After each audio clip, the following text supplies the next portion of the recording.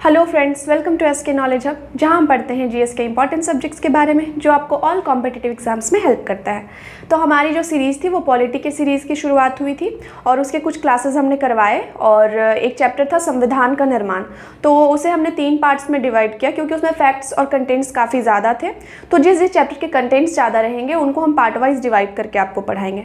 तो आज जो है संविधान के निर्माण का फाइनल पार्ट है, पार्ट 3, और कल जो है पॉलिटी का ही एक नया चैप्टर स्टार्ट होगा। तो पार्ट 1 और पार्ट 2 हमने देखा। पार्ट 1 पार्ट 2 में हमने देखा कि संविधान होता क्या है, संविधान की ज़रूरत क्या पड़ी, संविधान की परिभाषा, कि संविधान जो है नियम कानूनों का एक ऐसा संग्रह है, नीतियों का ऐसा संग्रह है जो किसी देश को, किसी क्षेत्र में शासन को चलाने के लिए होता है और जिससे वहाँ के नागरिकों का विकास हो सके, सर्वांगीण विकास, यानी कि हर तरीके से किसी भी क्षेत्र को चलाने के लिए कुछ कुछ नियम कानूनों का संग्रह होना ही चाहिए जो वहाँ के लोगों के लिए फ़ायदेमंद हो। तो इस तरीके से उसके बाद हमने दूसरे दिन संविधान की पृष्ठभूमि के रूप में चार्टर्ड एक्ट पढ़ा था।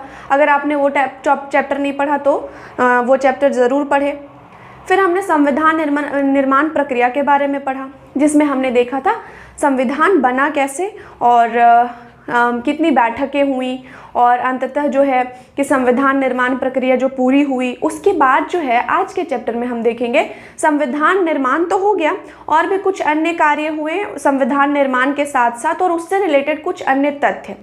और कोई भी चीज़, आप जानते हैं कि कोई भी चीज़ अगर बन रहा है, अगर वो कोई भी अच्छा कार्य हो रहा है, तो अगर उसके प्रशंसक है, उसकी तारीफ़ करने वाले हैं, तो उसके अलावा उसके आलोचक भी होते हैं। बहुत सारे लोग उसकी आलोचना भी करते हैं, उसको क्रिटिसाइज़ भी करते हैं। जहां अभी जो हमने देखा, हम जानते हैं कि भारत का संविधान पूरे विश्व का सबसे बड़ा लिखित संविधान है और ये ना कठोर है ना लचीला। तो कई सारी ऐसी चीज़ें हैं जो संविधान में डाली गई, बहुत सारे देशों से संविधान में चीज़ें डाली गई। तो इस वजह से ये काफ़ी बड़ा हुआ। तो एक तरह से जहाँ बहुत बड़ा है, लेकिन ये जो संविधान है ये लोगों के हित के लिए बनाया जाना था और सारी चीज़ें देखते देखते सोचते सोचते कि ये चीज़ें अच्छी होंगी, ये चीज़ अगर हम डालते हैं तो अच्छी होंगी, तो इस वजह से संविधान बड़ा बना। और ये संविधान का बड़ा होना या काफ़ी देशों से चीज़ें लेना, ये उसके लिए क्या हो गया, उसके लिए कुछ आलोचक यहाँ पे मौजूद थे जिन्होंने संविधान के निर्माण की आलोचना भी की। कुछ मुख्य तथ्य हैं जिन्हें हम देखेंगे।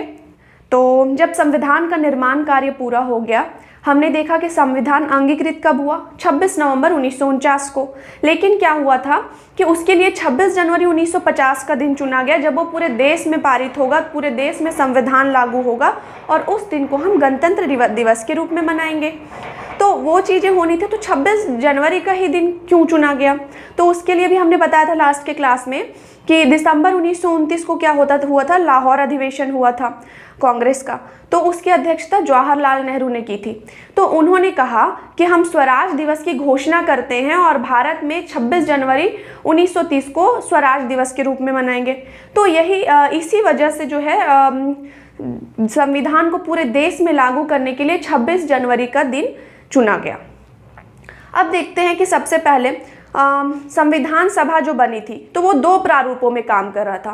पहली, एक तो संविधान सभा के रूप में कार्य कर रहा था और एक विधायिका के रूप में, यानी कि उस दौरान भी देश को चलाना था, तो उस दौरान विधायिका के रूप में जब कार्य कर रहा था तो उसके हेड थे जीवी मावलंकर जी। लेकिन वही जब ये संविधान सभा के रूप में काम कर रहा था तो उसके अध्यक्ष थे डॉक्टर राजेंद्र प्रसाद जी। तो ये दोनों प्रारूपों में काम कर रहा था। तो फिर संविधान सभा को भंग करके संसद का निर्माण हुआ। तो भारतीय संसद का बोल सकते हैं, भारत के जो संसद का निर्माण कब हुआ, इसी दिन 26 जनवरी 1950 ईस्वी को। और फाइनली जो संविधान सभा को भंग करके उसे संसद का रूप दे दिया गया। ठीक है। उसके अलावा कुछ चीज़ें हम देखेंगे, जैसे कि राष्ट्रीय ध्वज। तो राष्ट्रीय ध्वज को पहले ही अपना लिया गया था। तो राष्ट्रीय ध्वज को अपनाया गया था 22 जुलाई 1947 ईस्वी को तिरंगा के रूप में। तो राष्ट्रीय ध्वज जो था, तो उसको किसने अपना, मतलब जो उसका डिज़ाइन किसने तैयार किया था, तो पिंगली वकैया जी ने राष्ट्रीय ध्वज का डिज़ाइन तैयार किया था। उसके बाद राष्ट्रगान। तो राष्ट्रगान जो है वो 26 जनवरी 1950 को ही राष्ट्रगान को अपनाया गया, जो हम जन गण मन जो है गाते हैं जो भी फ्लैग होस्टिंग के दौरान, ध्वजारोहण के दौरान, और जो हमारा राष्ट्रीय गान है, तो वो 24 जनवरी 1950 को राष्ट्रगान के रूप में अपनाया गया। और ये आया कहाँ से, तो राष्ट्रगान जो है रविंद्रनाथ टैगोर जी ने लिखा, उनकी बुक थी गीतांजलि, वहीं से ये इसको लिया गया है। उसके अलावा देखते हैं राष्ट्रगीत। तो 24 जनवरी को ही, इसी दिन जिस दिन राष्ट्रगान को अपनाया गया उसी दिन राष्ट्रगीत को भी अपनाया गया। अब राष्ट्रगीत क्या है, हम सभी जानते हैं जो हमारा राष्ट्रगीत है वो वंदे मातरम है। वंदे मातरम अब आया कहाँ से? वंदे मातरम को बंकिम चंद्र चटर्जी जी ने लिखा था, और जो वंदे मातरम जो है वो किस बुक से लिया गया था? उन्हीं की बुक आनंद मठ से लिया गया था, और इसे जो है राष्ट्रगीत के रूप में अपनाया गया फाइनली 24 जनवरी 1950 ईस्वी को। और फिर हम देखेंगे कि उसी दिन जो है संविधान सभा के जो अध्यक्ष थे डॉक्टर राजेंद्र प्रसाद जी, उनको जो है भारत का जो है प्रथम राष्ट्रपति बनाया गया 24 जनवरी 1950 ईस्वी को ही। अब संविधान जब बना तो संविधान के निर्माण से संबंधित प्रमुख तथ्यों के बारे में हम देखेंगे कि संविधान बनने में कितना समय लगा। संविधान जो बनने में समय लगा वो था 2 साल 11 महीने 18 दिन। उसके अलावा जो है संविधान लिया गया तो ये था कि संविधान भारत का अपना संविधान सभी भारतीयों ने तय किया। प्रमुख जो महत्वपूर्ण योगदान था, जिन्हें आधुनिक मनु की संज्ञा दी गई या फिर भारतीय संविधान के जनक के रूप में देखा गया, BR अम्बेडकर जी। तो संविधान में चीज़ें आई कहाँ से? वो रूल्स जो रेगुलेशंस वो आए कहाँ से? काफ़ी हद तक जो भारत शासन अधिनियम था उसके तहत काफ़ी सारी चीज़ें ली गई। उसके बाद हम भारतीयों ने क्या सोचा कि जो भारत का संविधान है हम हर जगह का ब्यौरा करेंगे, हर देशों का मतलब लगभग, और जिन जिन देशों से में अच्छे कानून हैं वो कानून को हम अपने देश में लागू करेंगे। तो ये एक तरह से अच्छी बात है। तो इस तरीके से कितने देशों से लिया गया भारत का संविधान? 60 देशों से। और योगदान प्रमुख किसका था? भारत शासन अधिनियम जो हमने पढ़ाया था 1935, उससे बहुत सारी चीज़ें ले गई। खर्च, अब कुल खर्च कितना आया संविधान बनाने में? संविधान बनाने में 64 लाख का खर्च आया। अभी अगर देखा जाए 64 लाख तो काफ़ी कम संविधान बनना था संविधान बनाने के, लेकिन उस समय जो था 64 लाख की वैल्यू काफ़ी ज़्यादा थी। उसके बाद संविधान के प्रतीक चिन्ह के रूप में किसे चुना गया? काफ़ी इंपॉर्टेंट है ये।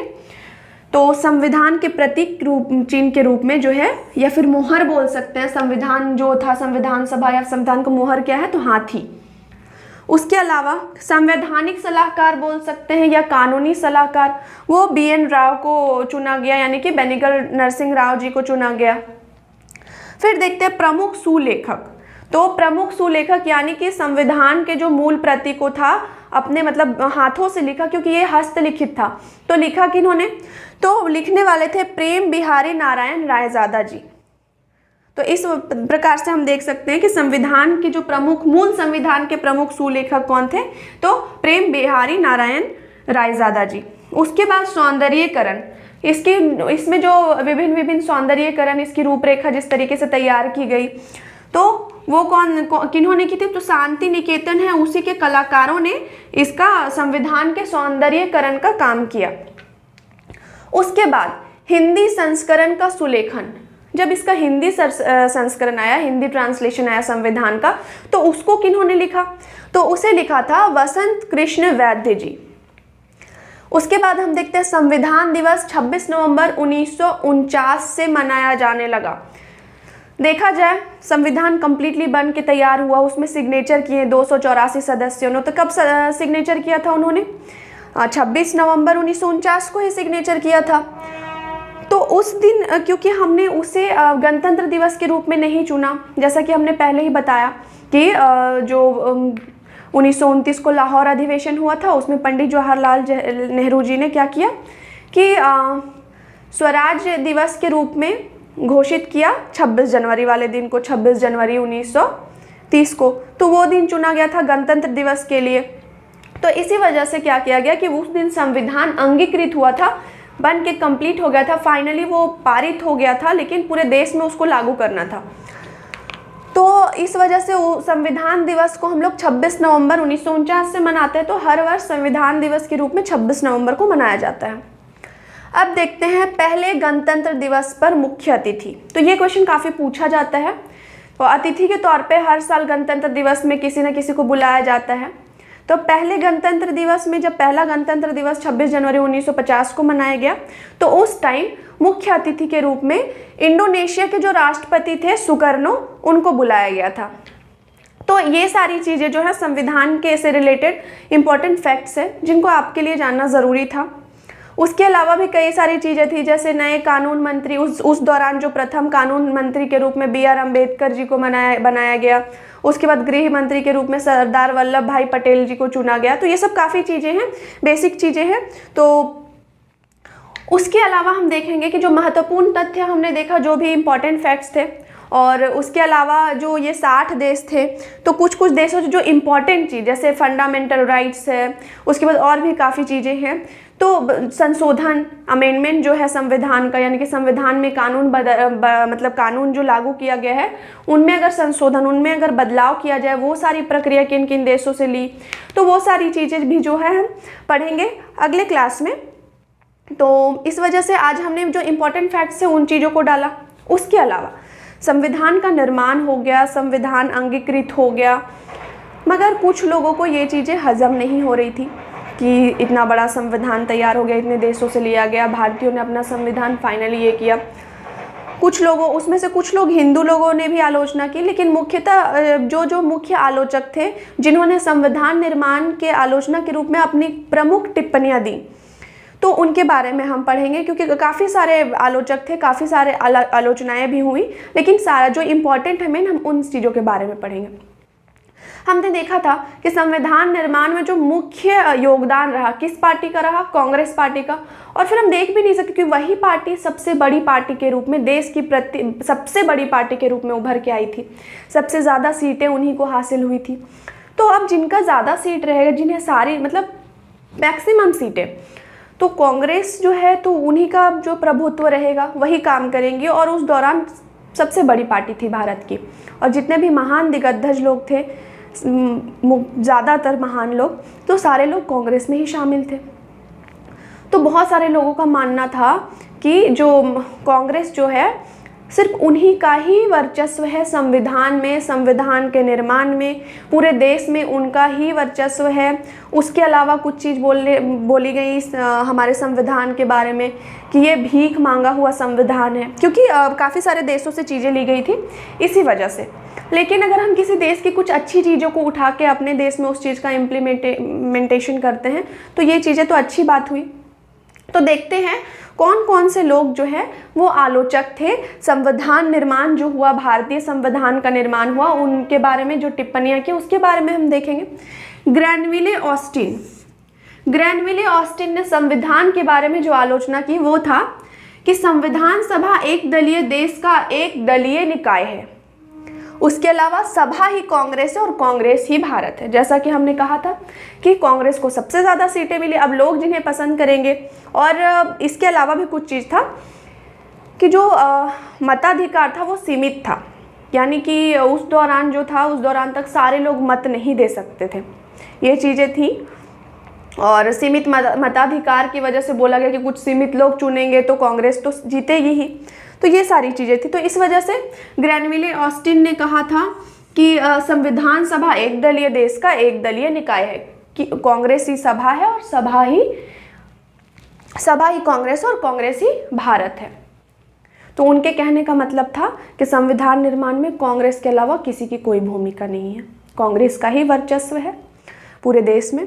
उसके अलावा लॉर्ड विस्काउंट, उन्होंने कहा था हिंदुओं का निकाय, क्योंकि देखा था हमने कि मुस्लिम लीग धीरे धीरे करके बाहर हो गई, क्योंकि उनकी डिमांड ही कुछ और थी, वो एक अलग राष्ट्र चाहते थे। तो इस वजह से ज़्यादातर मुस्लिम लोग हैं जो क्या हुए कि बहुत चले गए वहाँ पे अपने देश, क्योंकि 1947 को ही जो है विभाजन हो चुका था। तो मैक्सिमम लोग कांग्रेस में थे हिंदू। तो इसी वजह से उन्होंने लिखा, लॉर्ड विस्काउंट ने कहा कि जो संविधान जो है वो हिंदुओं का निकाय है, यानी कि संविधान सभा जो बना वो केवल हिंदुओं का निकाय है, उसमें ज़्यादातर लोग हिंदू थे, इसी वजह से ये टिप्पणी दी उन्होंने। उसके बाद विंस्टन चर्चिल, तो विंस्टन चर्चिल ने क्या कहा कि संविधान ने केवल भारत के एक बड़े समुदाय का, तो ये भी कम्युनिटी पे गए, समुदाय कम्युनिटी, उनका भी कहने का मतलब यही था कि संविधान जो है वो केवल एक बड़े समुदाय का प्रतिनिधित्व किया, मतलब ये भी हिंदुओं का प्रतिनिधित्व वाला देश है, इस तरीके से। तो सांप्रदायिकता जो है, कम्युनल इशू जो है वो क्रिएट भी इन्हीं लोगों ने किया था और आलोचना भी यही चीज़ करे, अभी भी वो यही। तो जो जड़ें उन्होंने स्थापित की थी कम्युनिटी को लेके, हिंदू मुस्लिम को लेके, जो जिसका वर्चस्व आज भी है कहीं ना कहीं, और आज भी लोग इस चीज़ों को लेके विवाद होते ही रहते हैं। तो हमने देख लिया ये चीज़ें, एक बार फिर से हम इसको रिवाइज कर लेते हैं। सबसे पहले जो संसद को भारतीय संविधान में, जो संसद का मतलब भारतीय संसद का जो निर्माण हुआ वो होता है 26 जनवरी 1950 को। संविधान सभा को ही भारतीय संसद का संसद कहा जाता है। संविधान सभा को भंग किया गया और फिर भारतीय संसद का निर्माण हुआ। राष्ट्रीय ध्वज के रूप में मतलब जो हमारा तिरंगा है उन्हें अपनाया गया 22 जुलाई 1947 को। राष्ट्रगान जो गीतांजलि बुक से लिया गया, जिन्हें रविंद्रनाथ टैगोर जी ने लिखा था, तो वो अपनाया कब गया? 24 जनवरी 1950 ईस्वी को। फिर राष्ट्रगीत जो हमारा वंदे मातरम है वो आनंद मठ बुक से लिया गया, उन्हें बंकिम चंद्र चटर्जी ने लिखा था, तो वो कब अपनाई है? वो भी 24 जनवरी 1950 ईस्वी को। अगर देखा जाए कि भारत के प्रथम राष्ट्रपति के रूप में राजेंद्र प्रसाद को कब चुना गया, तो 24 जनवरी 1950 के रूप में 50 ईस्वी को। उसके बाद संविधान बनने में कुल समय 2 साल 11 महीने 18 दिन लगे। संविधान जो है करीब 60 देशों से लिया गया और प्रमुख योगदान जो भारत शासन अधिनियम 1935 का था। इसमें टोटल जो खर्च आया वो 64 लाख का खर्च था। प्रतीक चिन्ह संविधान का या फिर मोहर के रूप में हाथी को देखा जा सकता है। संवैधानिक सलाहकार BN राव जो थे। प्रमुख सुलेखक जिन्होंने लिखा था वो प्रेम बिहारी नारायण थे। सौंदर्यीकरण शांति निकेतन के कलाकारों ने किया था। उसके अलावा हिंदी संस्करण जो हिंदी एडिशन आया था संविधान का, तो वो बसंत कृष्ण वैद्य जी ने किया था। संविधान दिवस के रूप में 26 नवंबर 1949 को मनाते हैं। पहले गणतंत्र दिवस पे जो मुख्य अतिथि आए थे वो इंडोनेशिया के राष्ट्रपति सुकर्नो थे। उसके बाद आलोचना, ग्रैनविले ऑस्टिन ने कहा था कि संविधान सभा एक दलीय देश का एक दलीय निकाय है, सभा ही कांग्रेस और कांग्रेस ही भारत है। उसके अलावा लॉर्ड विस्काउंट ने जो है संविधान सभा को कहा था हिंदुओं का निकाय। विंस्टन चर्चिल ने कहा था कि संविधान ने केवल भारत के एक बड़े समुदाय का प्रतिनिधित्व किया था। तो इस प्रकार जो है संविधान निर्माण का पार्ट 3 और जो फाइनल पार्ट कंप्लीट होता है। कल हम पॉलिटी के नए चैप्टर के साथ मिलते हैं। आज के लिए इतना ही, धन्यवाद।